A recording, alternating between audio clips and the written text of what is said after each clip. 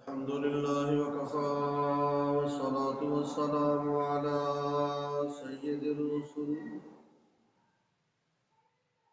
وخاتم الأنبياء.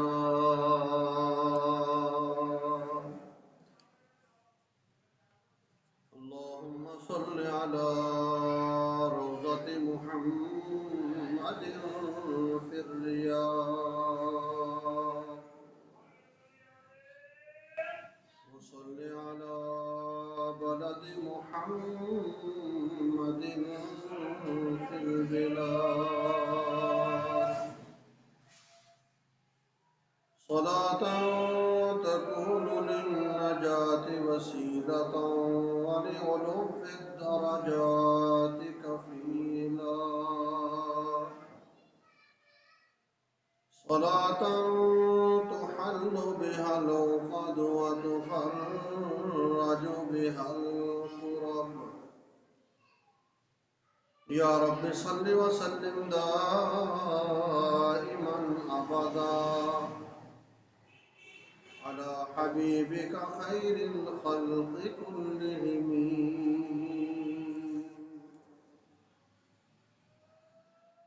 أما بعد فأعوذ بالله من الشيطان الرجيم. بسم الله الرحمن الرحيم.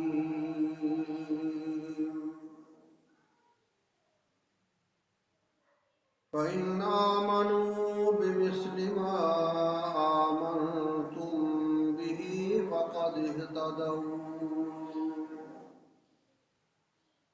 قال النبي صلى الله عليه وسلم: أصحابي كالنجوم بأيهم اقتديتم اهتديتم.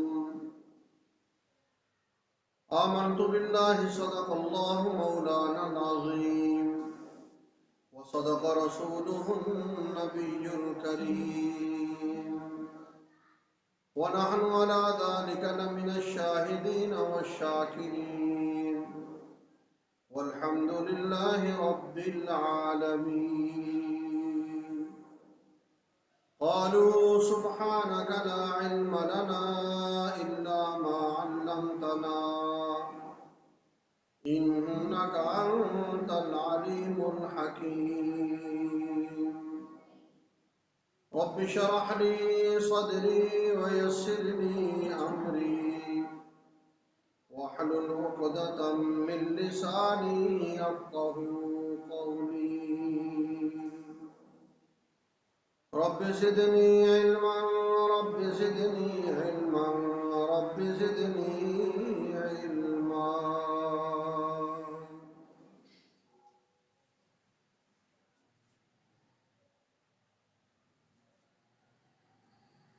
گونگی ہو گئی آج کچھ زباں کہتے کہتے، ہچکچا گیا خود کو مسلمان کہتے کہتے. یہ بات نہیں کہ مجھ کو اس پر یقین نہیں، بس ڈر گیا خود کو صاحب ایمان کہتے کہتے. توفیق نہ ہوئی مجھ کو ایک وقت کی نماز کی، اور چپ ہو گیا مؤذن آذان کہتے کہتے. کسی کافر نے جو پوچھا ہے کون سا مہینہ، شرم سے پانی ہاتھ سے گر گیا رمضان کہتے کہتے. میری الماری میں گرد سے اٹی کتاب کا جو پوچھا، میں گڑ گیا زمین میں قرآن کہتے کہتے. یہ سن کے چپ سادری اقبال اس نے، یوں لگا جیسے رک گیا وہ مجھے حیوان کہتے کہتے.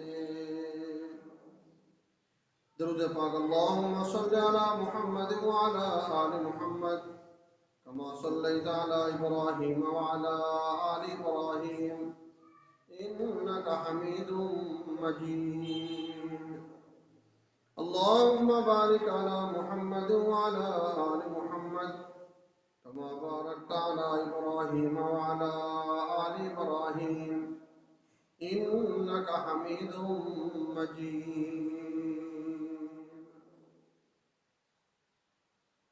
واجب الاحترام معزز سامعین حضرات، اللہ تعالیٰ کا جتنا بھی شکر ادا کیا جائے کم ہے. پروردگار عالم نے ایمان جیسی عظیم اور قیمتی دولت سے ہم سب کو نوازا ہوا ہے، جہاں پر اور بہت ساری ہم اللہ تعالیٰ کی نعمتوں کو یاد کر کے اللہ کا شکر ادا کرتے رہتے ہیں. اسی طرح ایمان بھی اللہ تعالیٰ کی بہت بڑی نعمت ہے، اور اس نعمت کے ملنے پر بھی الحمدللہ رب العالمین بار بار پڑھنا چاہیے. گزشتہ کئی جمعوں سے ایک موضوع شروع کیا ہوا ہے. نبی اکرم صلی اللہ علیہ وسلم ایک مجلس میں تشریف فرما تھے. صحابہ کرام رضی اللہ تعالی عنہم اجمعین وہاں بیٹھے ہوئے تھے. حضور پاک صلی اللہ علیہ وسلم نے اپنی پسندیدہ 3 چیزوں کا ذکر فرمایا کہ مجھے 3 چیزیں محبوب ہیں، پسند ہیں. وہ کیا ہے؟ خوشبو، نیک عورت اور نماز. امام الانبیاء صلی اللہ علیہ وسلم نے ان 3 چیزوں کو اپنی پسند کہا ہے. سیدنا صدیق اکبر رضی اللہ تعالی عنہ انہوں نے اجازت لے کر اپنی 3 پسندیدہ چیزوں کا تذکرہ فرمایا. وہ کیا ہے؟ کہ میری بیٹی آپ کے نکاح میں ہے اور آپ کے حکم پر میرا مال خرچ ہوتا ہے، اور میں اپنی آنکھوں سے آپ کی زیارت کرتا ہوں. یہ 3 چیزیں مجھے بہت اچھی لگتی ہیں، پسند ہیں. اس کے بعد سیدنا عمر فاروق رضی اللہ تعالی عنہ انہوں نے اجازت لے کر اپنی 3 پسندیدہ چیزوں کا تذکرہ فرمایا. امر بالمعروف اور نہی عن المنکر اور پرانا کپڑا، کہ مجھے یہ چیزیں پسند ہیں: نیکی کا حکم کرنا، برائی سے روکنا، اور پرانا سادہ لباس پہننا.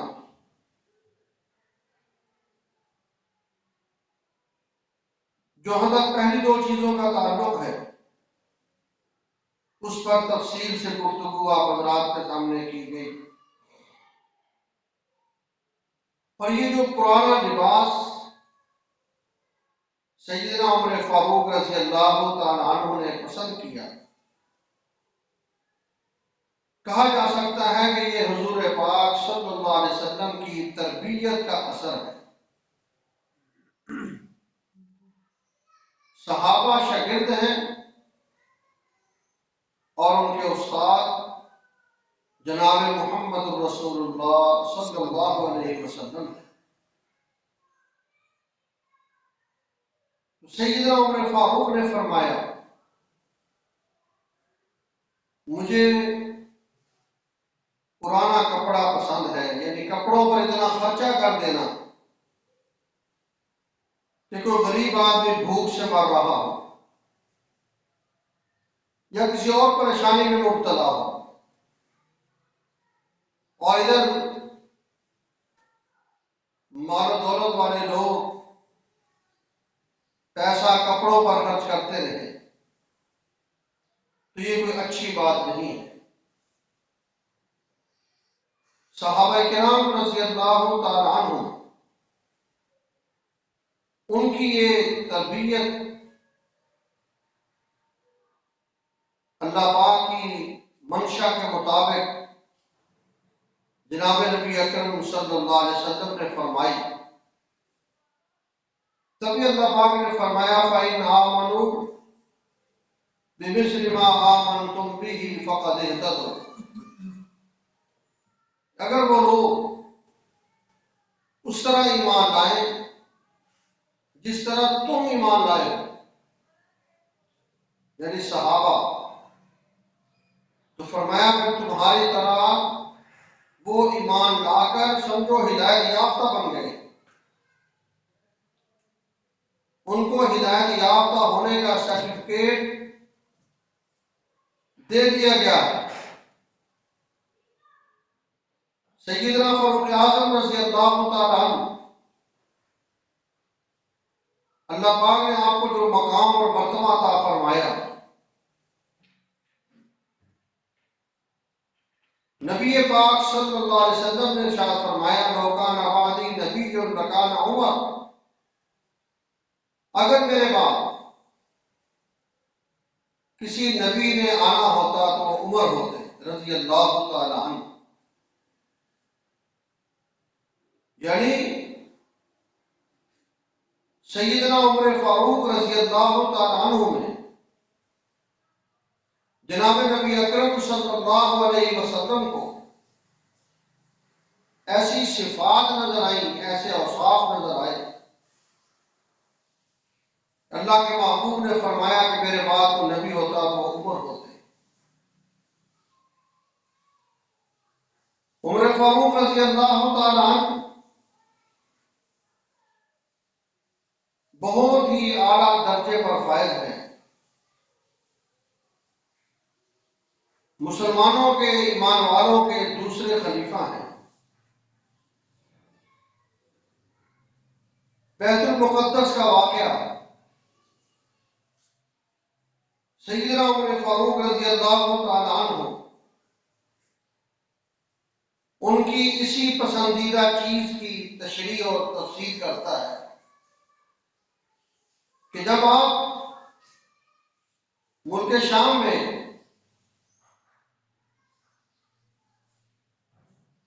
بیت المقدس کو فتح کرنے کے لیے گئے تو آپ نے جو کپڑے پہنے ہوئے تھے ان کپڑوں پر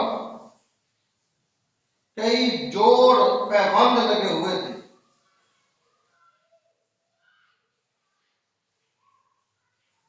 لکھنے والے لکھتے ہیں عمر فاروق رضی اللہ تعالی عنہ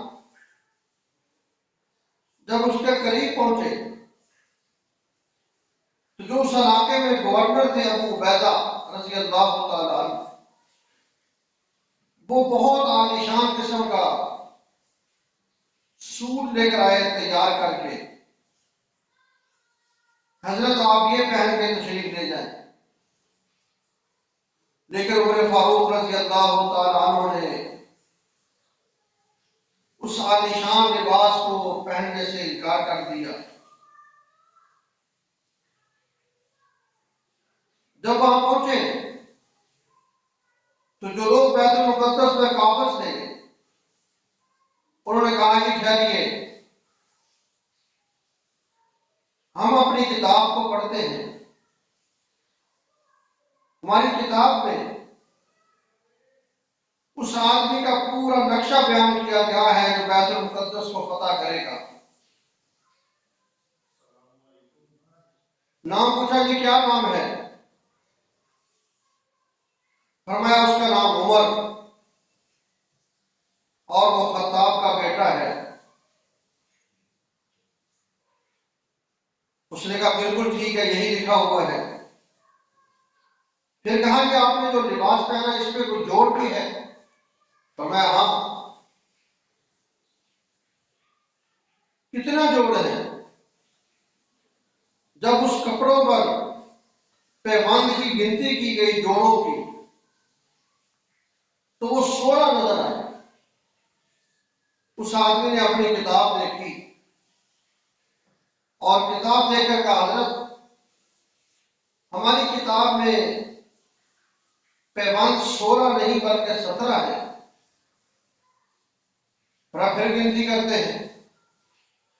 پھر جب دوبارہ کی گنتی کی تو ایک پیوند بغل میں لگا ہوا تھا۔ جب اس کی گنتی ہوئی تو 17 ہو گئے۔ پھر اس آدمی نے ایک چابیاں آپ کے حوالے کر دی۔ اس سے پتہ چلا کہ انسان کی عزت، عظمت اور اس کا مقام اور مرتبہ کپڑوں میں نہیں ہوتا۔ عزت اور ذلت کا مالک اللہ ہے۔ وَتُعِزُّ مَن تَشَاءُ وَتُذِلُّ مَن تَشَاءُ۔ اس لیے آدمی کپڑوں پر اتنا خرچہ کرے، اگر ضرورت سے زیادہ خرچ کرتا ہے وہ ویسے گناہ ہے، جس کو اللہ تعالیٰ نے قرآن پاک میں فضول خرچی سے تعبیر کیا ہے۔ وَلَا تُبَذِّرْ تَبْذِيرًا إِنَّ الْمُبَذِّرِينَ كَانُوا إِخْوَانَ الشَّيَاطِينِ۔ فضول خرچی نہ کیا کرو۔ کیوں؟ فضول خرچی کرنے والے شیطان کے بھائی ہیں۔ آج تو بندہ شادی پر 1000 روپے کا سوٹ لے کر پہنے، 50,000 کا، 70,000 کا، لاکھ روپے کا، وہ کہنے کو تو انسان ہے، لیکن قرآن کی زبان میں فضول خرچ ہے، اور فضول خرچی کرنے والا اخوان الشیاطین، اللہ کے نزدیک شیطان کا بھائی۔ لوگ اس کو فخر سمجھتے ہیں، بڑائی سمجھتے ہیں، لیکن اللہ کے ہاں بڑائی یہ نہیں ہے۔ ان اکرمکم عند اللہ اتقاکم۔ اللہ کے ہاں عزت والا وہ ہے جس کا کردار اچھا ہو، جس کے اعمال اچھے ہوں، جس کا اخلاق اچھا ہو۔ ایک اور مقام پہ فرمایا وَلَا تُسْرِفُوا إِنَّهُ لَا يُحِبُّ الْمُسْرِفِينَ۔ اسراف نہ کرو، فضول خرچی نہ کرو۔ فضول خرچی کرنے والوں کو اللہ تعالیٰ پسند نہیں کرتا۔ اس سے پتہ چلا اس طرح کی چیزوں پر اتنا خرچ کرنا یہ صحیح نہیں ہے، احتیاط کرنی چاہیے۔ تو سیدنا عمر فاروق رضی اللہ تعالیٰ عنہ نے اپنی جو 3 چیزیں پسند بیان فرمائی، امر بالمعروف، نہی عن المنکر اور پرانا لباس۔ سیدنا عثمان غنی رضی اللہ تعالیٰ عنہ وہاں تشریف فرما ہے۔ عرض کیا یا رسول اللہ صلی اللہ علیہ وسلم اگر آپ کی اجازت ہو تو میں بھی کچھ بیان کروں؟ فرمایا ہاں۔ عثمان غنی رضی اللہ تعالیٰ عنہ کون ہے؟ یہ دنیا میں واحد انسان ہے جو ایک نبی کے دوہرے داماد ہیں۔ کیا مطلب؟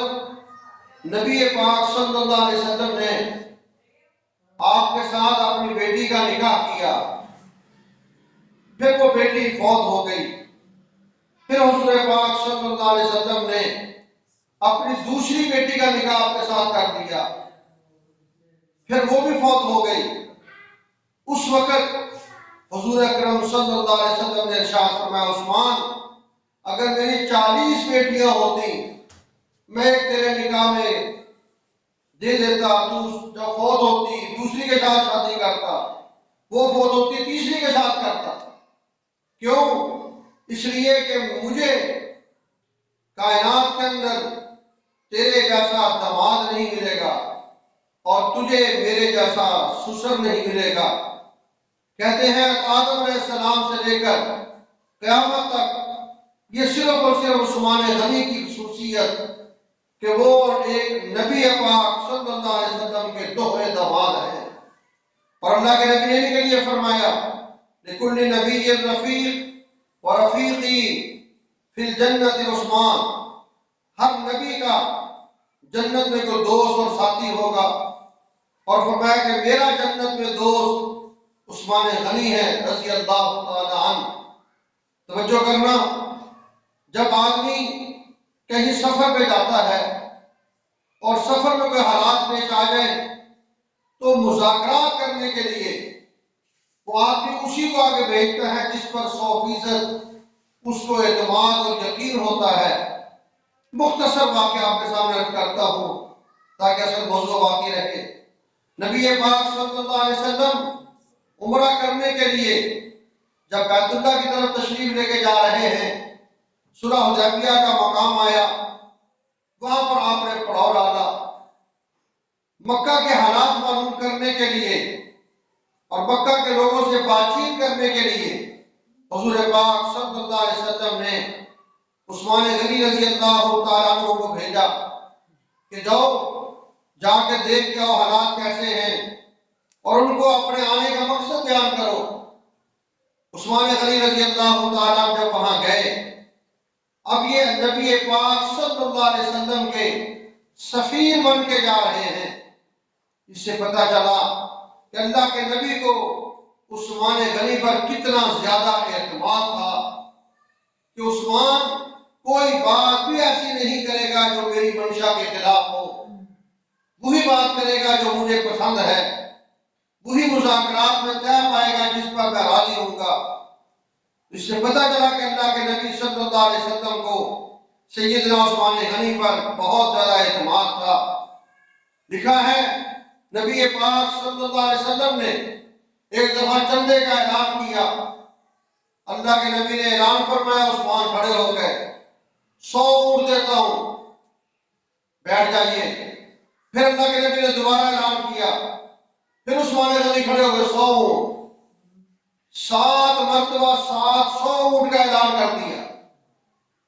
تو اللہ کے نبی نے اس وقت اعلان کیا، فرمایا عثمان آپ کا یہ عمل اللہ تعالیٰ کو اتنا محبوب اور پیارا ہے، فرمایا کہ آج کے بعد اگر تو کوئی اور عمل نیکی کا نہ بھی کرے گا، گناہوں سے بچ کر زندگی گزارے، تیرے اس عمل کو جنت میں لے جانے کا ذریعہ اللہ بنا دے گا، اس کے بعد تجھے کوئی عمل نقصان نہیں دے سکے گا۔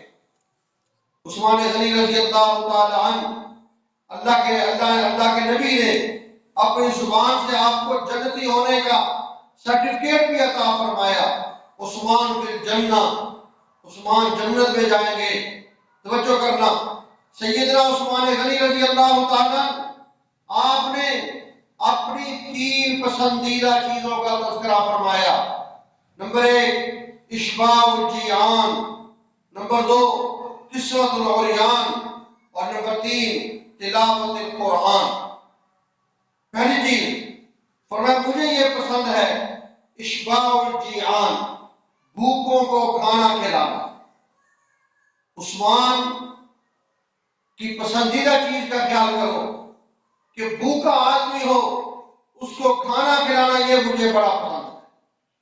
اور آج ہماری حالت، ہم بھوکوں کا مذاق اڑاتے ہیں۔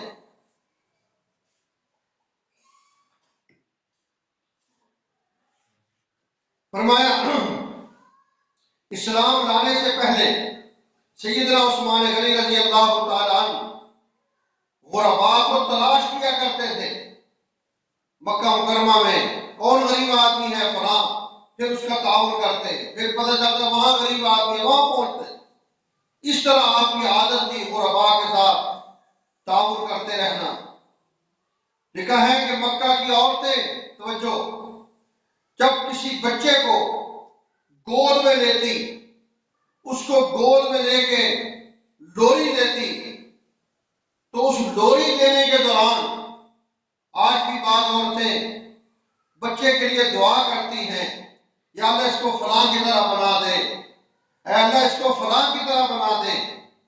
لکھا ہے کہ عثمان غنی رضی اللہ تعالیٰ عنہ، اتنی زیادہ سخاوت آپ کی مشہور تھی کہ مکہ کی عورتیں عثمان غنی کا نام لے کر لوری میں اپنے بچوں کو دعائیں دیا کرتی تھی کہ جیسے عثمان کو تو نے دل دیا ہے، اے اللہ اسی طرح کا دل ہمارے بچوں کو بھی عطا کرنا۔ کیوں؟ دولت مند بہت ہوتے ہیں لیکن دل والے کم ہوتے ہیں۔ دولت بڑے بڑے لوگوں کے پاس نظر آئے گی لیکن دل کسی کسی کے پاس ہوتا ہے۔ کہتے ہیں دولت کے شروع میں بھی دال ہے، دل کے شروع میں بھی دال ہے۔ اگر یہ دونوں دالیں کسی بندے میں جمع ہو جائیں اس کی زندگی بڑی خوبصورت ہے۔ اگر ان میں ایک دال ہے، دولت ہے دل نہیں، دل ہے دولت نہیں، تو وہ بیچارے کی زندگی اور طرح کی ہوتی ہے۔ سیدنا عثمان غنی رضی اللہ تعالیٰ عنہ، آپ کے اندر یہ جذبہ، یہ آپ کے اندر یہ چیز کیسے پیدا ہوئی؟ قرآن پاک پر ان لوگوں کو 100% یقین، 100% اعتماد، 100% اللہ نے جو کچھ کہا اس کو دل و جان سے مانتے تھے۔ آج اللہ مجھے آپ کو معاف فرمائے، ہمیں اللہ کی بات پر یا اللہ کے نبی کی بات پر اس طرح کا یقین نہیں ہے جس طرح کا صحابہ کو یقین تھا۔ تبھی تو آج ہم ایک انسان کی بات مان لیتے ہیں، اس کے مقابلے میں اللہ نے یا اللہ کے نبی نے کچھ کہا ہے اس کو ہم پس کچھ ڈال دیتے ہیں، جس وجہ سے دنیا میں پریشانیاں، تکالیف اور مصیبتوں کو سامنا کرنا پڑتا ہے۔ قرآن پاک نے کیا منظر کشی کی، کیا بیان فرمایا، توجہ کریں۔ اعوذ باللہ من الشیطان الرجیم، بسم اللہ الرحمن الرحیم۔ من جاء بالحسنۃ فلہ عشر امثالھا، جو مسلمان ایک نیکی کرتا ہے اللہ کہتا ہے میں اس کو 10 کا ثواب عطا کروں گا۔ کیا مطلب؟ اگر اللہ پاک آپ کو ہمت توفیق دے، 1 روپیہ خرچ کریں گے اللہ 10 کا ثواب دے گا۔ یہ قرآن کا اصول ہے، فیصلہ ہے، اس کے اندر کوئی 2 نمبری نہیں، کوئی دوسری رائے نہیں ہے۔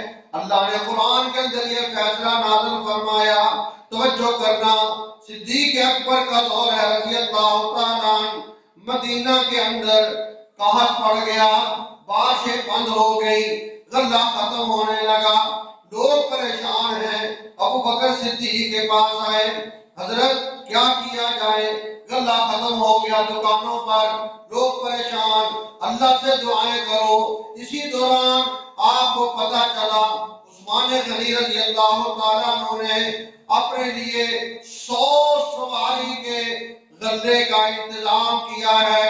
کاروباری آدمی تھے کہ فرمایا کسی علاقے میں سودا کر کے آئے ہیں، ان قریب 100 سواری غلے سے بھری ہوئی مدینے میں پہنچنے والی ہے۔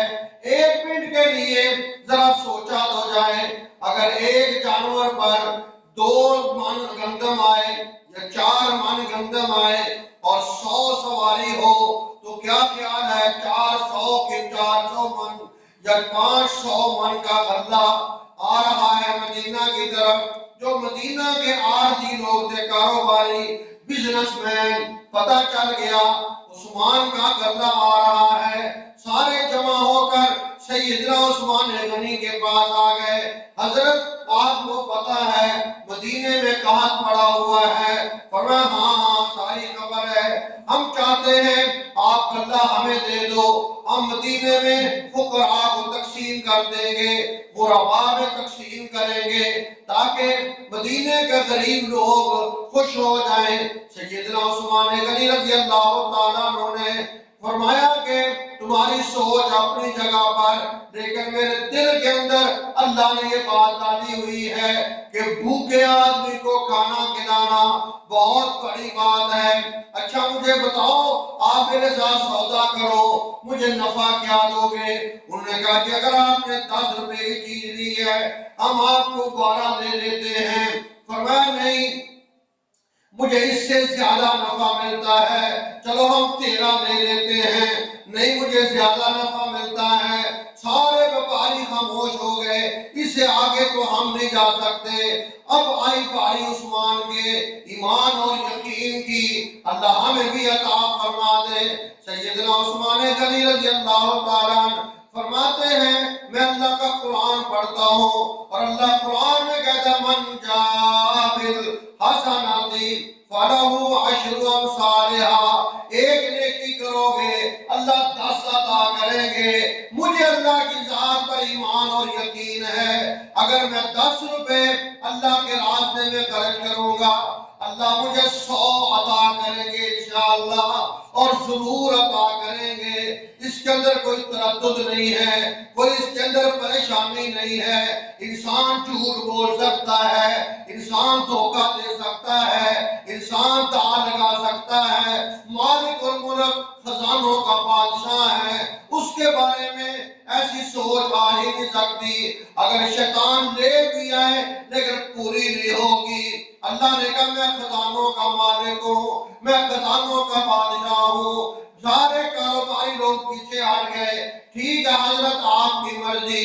ادھر 100 سواری غلے سے لدی ہوئی مدینے میں پہنچی، توجہ کر، ادھر عثمان غنی رضی اللہ تعالیٰ عنہ نے مدینے کے غرباء میں اعلان کر دیا سارے کے سارے غرباء فلاں جگہ جمع ہو جاؤ، اور سب کے اندر آج عثمان غلہ فری تقسیم کرے گا۔ سبحان اللہ کا گناہ ہو جائے گا، میرا گلا خشک ہو گیا تو سبحان اللہ نہیں کہتے، کچھ کا سبحان اللہ، واجب ہے، یعنی میرے کلے کی آواز اور آسان ہو جاتا ہے، نہ کہ دیسی مرغا کھا کے۔ عثمان غنی رضی اللہ تعالیٰ فری تقسیم، اب یہ ہے ایمان، اللہ ہمیں بھی عطا فرمائے۔ دل کرتا ہے سن کے ہمارا بھی ہم بھی کریں، لیکن پھر رکاوٹ بریک کے اور نہیں یار اور نہیں یار فلاں کام فلاں فلاں ہو جائے، آخر کیا ہوگا؟ مر جائے گا، بچے عیش کریں گے، خود رہ جائے خالی ہاتھ آیا خالی ہاتھ چلا جائے۔ کل میں پڑھ رہا تھا جو کنجوس آدمی ہے یہ عجیب ہے، پیسہ جمع کرتا جائے گا لیکن حساب امیروں جیسا دے گا، خود خرچ نہیں کیا، جمع تو کیا نا، تم حساب اللہ کہ ہاں جا حساب دے، چھوڑ کے تو بھارت تو نے جمع کیا تھا نا، کس کو دے کر آیا؟ خیر موضوع اور طرف جا رہا ہے۔ عثمان غنی نو بندہ تقسیم کر دیا، پھر کیا ہوا؟ ابن عباس رضی اللہ تعالیٰ عنہما، توجہ اب اللہ نوازنے لگا، رات کو خواب آیا، نبی پاک صلی اللہ علیہ وسلم کی زیارت ہوئی، حضور پاک صلی اللہ علیہ وسلم جلدی میں سواری پر جا رہے ہیں، ابن عباس نے روکنا چاہا، اللہ کے نبی بات کو سنتے جائیے، فرمایا پھر سن لوں گا مجھے جلدی ہے، خیریت تو ہے حضرت کہاں جا رہے ہیں؟ یہ بات جو کر رہا ہوں ذمہ داری کے ساتھ، یہ سنیوں کی کتابوں میں بھی لکھی ہے اور شیعہ کی کتابوں میں بھی لکھی ہوئی ہے، آج اگر نہ کوئی بیان کرے اس کی مرضی۔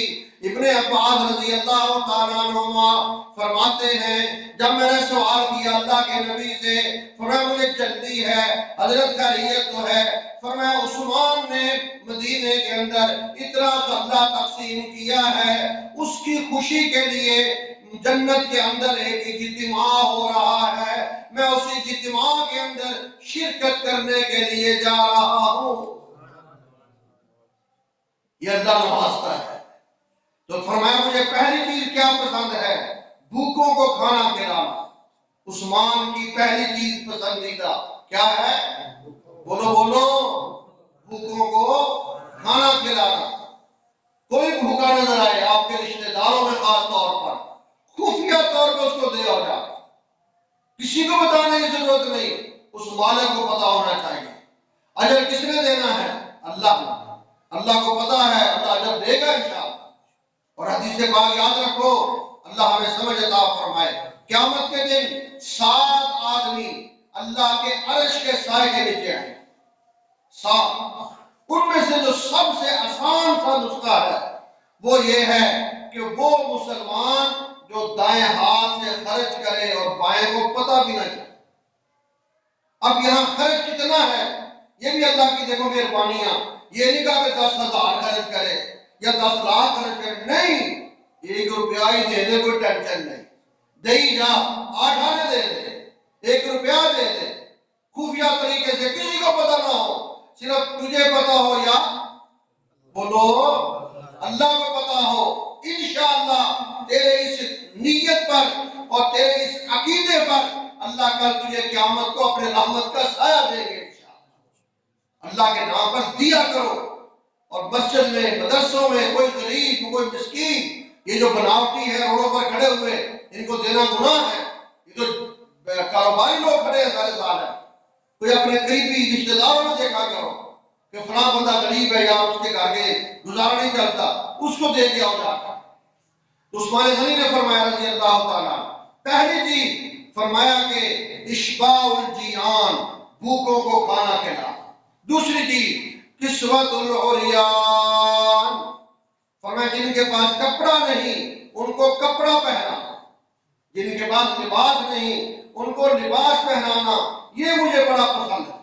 عثمان غنی کہہ رہے رضی اللہ تعالیٰ، توجہ کرنا، حدیث پاک میں آتا ہے جناب نبی اکرم صلی اللہ علیہ وسلم نے فرمایا اگر کوئی آدمی کسی ایسے مسلمان کو جس کے پاس کپڑا نہ ہو اس کو کپڑا پہنا دے، اللہ کے نبی کا فتویٰ سن، فرمایا کل تیری اس نیکی کے بدلے میں اللہ تجھے جنت کا لباس عطا کریں گے، تو غریب کو لباس دے گا اللہ تجھے جنت کا لباس دیں گے۔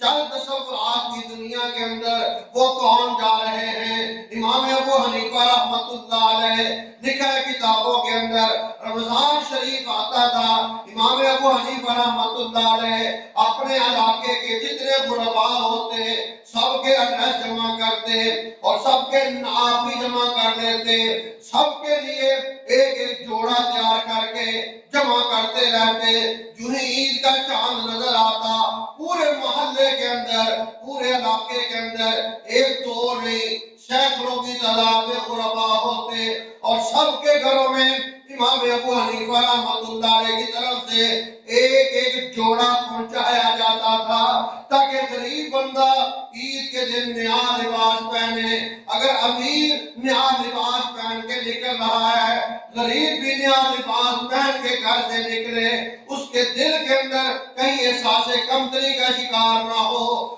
یہی نیکی اللہ کو پسند آنے والی ہے کہ یہ بندہ میرے نام پر غریبوں پہ خرچ کرتا ہے، رب کعبہ کی قسم تو تجربہ کر کے دیکھ، اللہ اس کے بدلے میں تجھے اپنے غیبی خزانوں سے عطا کرے گا۔ بات میں بری آتی ہے یقین۔ یہاں فیصلہ آباد میں ایک راجپوت آدمی تھا رانا برادری کا، فوت ہو گیا، اس کے قریبی رشتہ دار مجھے بات سنائی، کہتے جب فوت ہوا تو لوگ جمع ہیں برادری رشتہ دار، ایک طرف غریب لوگ بیٹھے رہا، یعنی ان کا ان کی برادری سے کوئی تعلق رشتہ داروں سے کوئی تعلق نہیں تھا، لیکن بچے بوڑھے مرد عورتیں جوان سب جب میت کی چار پہ اٹھانے لگے، رشتہ دار تو ہوتے ہی ہیں، ان غریبوں کی چیخیں نکل گئی، سارے حیران یہ ہیں کون؟ وہ مجھے ڈاکٹر صاحب کہتے ہیں کہ میں جنازہ پڑھ کے دفنا دیا، واپس آ گئے۔ پھر میں نے پوچھا یار وہ غریب لوگ کون تھے؟ تو مجھے بتایا گیا سنو ایسے نہ کسی بندے کے بارے میں بیٹھ کے فتویٰ لگا دیا کرو، اس کا اندر کیا ہے وہ اللہ جانتا ہے۔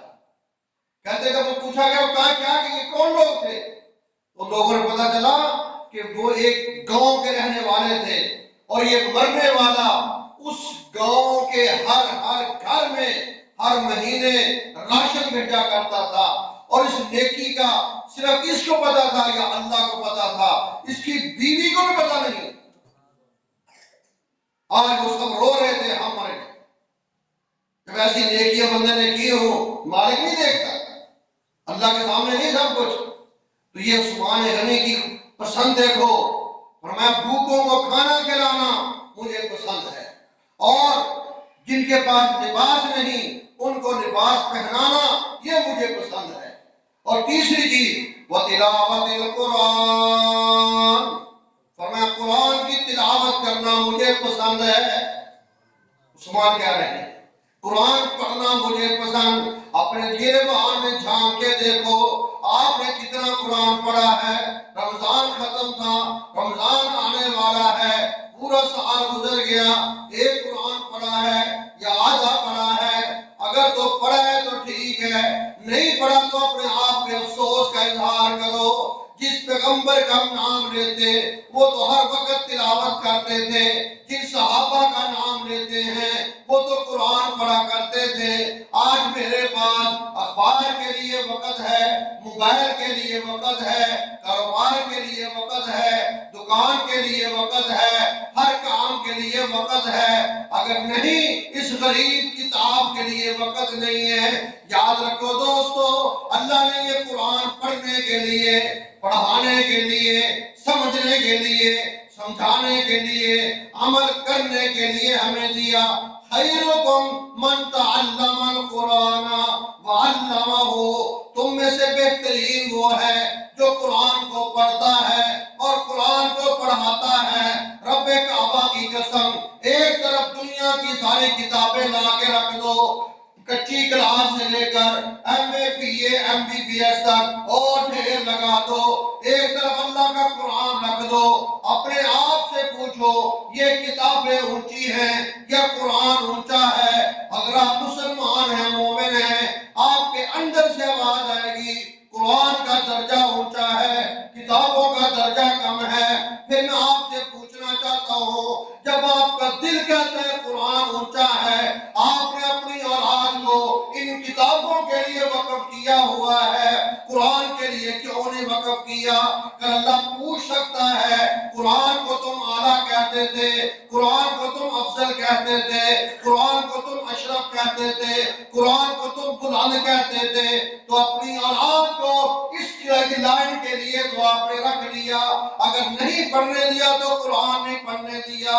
ذرا سوچو اس وقت اللہ کی عدالت میں کیا جواب دو گے؟ اور قرآن کہتا کیا ہے؟ ایک آیت سنو، آپ قرآن سنتے نہیں، آپ کو پتہ نہیں قرآن ہے کیا۔ 19واں پارہ ہے، پہلا صفحہ ہے۔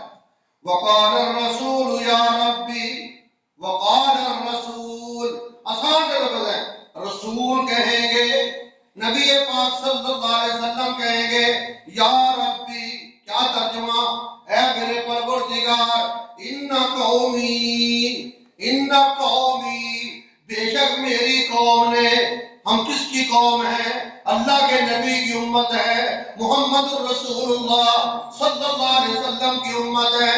اللہ کے نبی کہہ رہے ہیں قیامت کے دن، اے اللہ میں کہہ رہا ہوں، ان قومی، میری قوم نے، اتخذوا ھذا القرآن مہجورا، اللہ کے نبی کہیں گے یا اللہ میری قوم نے اس قرآن کو چھوڑ دیا تھا۔ آج میں اور آپ اس پیغمبر کی شفاعت کی دعائیں کرتے ہیں، قیامت کے دن اگر اللہ نہ کرے، اللہ نہ کرے، خدا نہ خواستہ ان لوگوں کے اندر ہم آگے تو ہمارا فرسان حال کون ہوگا؟ وہاں اللہ کے نبی اعلان کریں گے، آج میرے پاس بھی وقت ہے، تیرے پاس بھی وقت ہے، نہیں فیصلہ کیا آج فیصلہ کر، اپنے بیٹے کو، اپنی بیٹی کو پہلے قرآن پڑھانا ہے، صحیح انداز میں پڑھانا ہے۔ دنیا کی تعلیم نہ پڑھا کوئی گناہ نہیں ہوگا، اگر تیرے بچے بچی نے قرآن نہ پڑھا اللہ کی عدالت میں تجھے جواب دینا پڑے گا۔ اس طرح کی باتیں کرو لوگ بڑی بڑا سخت ہے، وہ سخت نہیں، میں تو قرآن سنا رہا، مجھے نہ سخت کہو، قرآن کو سخت کہو، اور قرآن کو سخت کہو گے اپنے ایمان کی خیر مناؤ۔ قرآن تو ہمارے لیے کیا ہے؟ نور ہے۔ اللہ نے قرآن کو نور کہا ہے، اللہ نے قرآن کو شفا کہا ہے، اللہ نے قرآن کو رحمت کہا ہے۔ اگر ہم اس کو سخت کہیں گے ہم سے بڑا بے وقوف کوئی نہیں۔ یہ قرآن، یہ عثمان غنی کا پسندیدہ عمل ہے، قرآن پڑھنا. آج ہم کیا کرتے ہیں؟ اپنے حالات پہ غور کریں. وما علینا الا البلاغ المبین.